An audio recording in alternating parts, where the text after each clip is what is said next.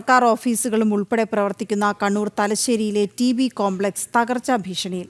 കാലപ്പഴക്കത്താൽ കെട്ടിടത്തിന്റെ കോൺക്രീറ്റ് ഭാഗങ്ങൾ അടർന്നു വീഴുകയും പല സ്ഥലങ്ങളിലും വിള്ളൽ വീണ നിലയിലുമാണ്. വലിയൊരു ദുരന്തം സംഭവിക്കുന്നതിന് മുൻപ് ശക്തമായ നടപടികൾ വേണമെന്നാണ് ഉയരുന്ന ആവശ്യം. തലശ്ശേരി നഗരസഭയുടെ ഉടമസ്ഥതയിലുള്ള ടി.ബി കോംപ്ലക്സ് ആണിത്.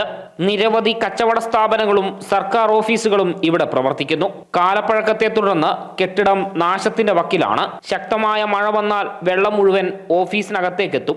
മേൽക്കൂരയും അടർന്നു വീഴുന്നു. ജീവൻ പണയം വെച്ചാണ് ജീവനക്കാർ ഇവിടെ ജോലി ചെയ്യുന്നത്.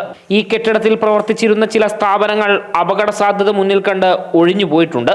ഈ കഴിഞ്ഞ 10 വർഷത്തോളമായിട്ട് നിരവധി തവണ സാധാരണക്കാരായിട്ടുള്ള ആളുകൾ അവിടെ വരികയും ചെറുതും വലുതുമായിട്ടുള്ള അപകടങ്ങൾ അവിടെ സംഭവിച്ചിട്ടുണ്ട്.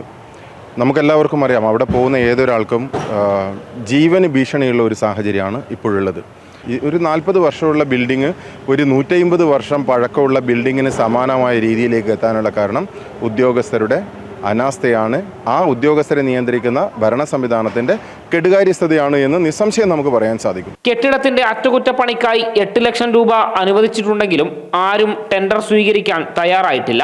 തകർച്ചാ ഭീഷണിയിലായ കെട്ടിടം പൊളിച്ചു പണിയുകയാണ് വേണ്ടതെന്നും അറ്റകുറ്റപ്പണി നടത്തി വെറുതെ പണം കളയുകയല്ല വേണ്ടത് എന്നും വിമർശനമുയരുന്നു. മാത്രമല്ല, മഴ കനക്കുമ്പോൾ കെട്ടിടത്തിന്റെ അവസ്ഥ കൂടുതൽ ദുർബലമാകുമോ എന്ന ആശങ്കയും നിലനിൽക്കുന്നുണ്ട്.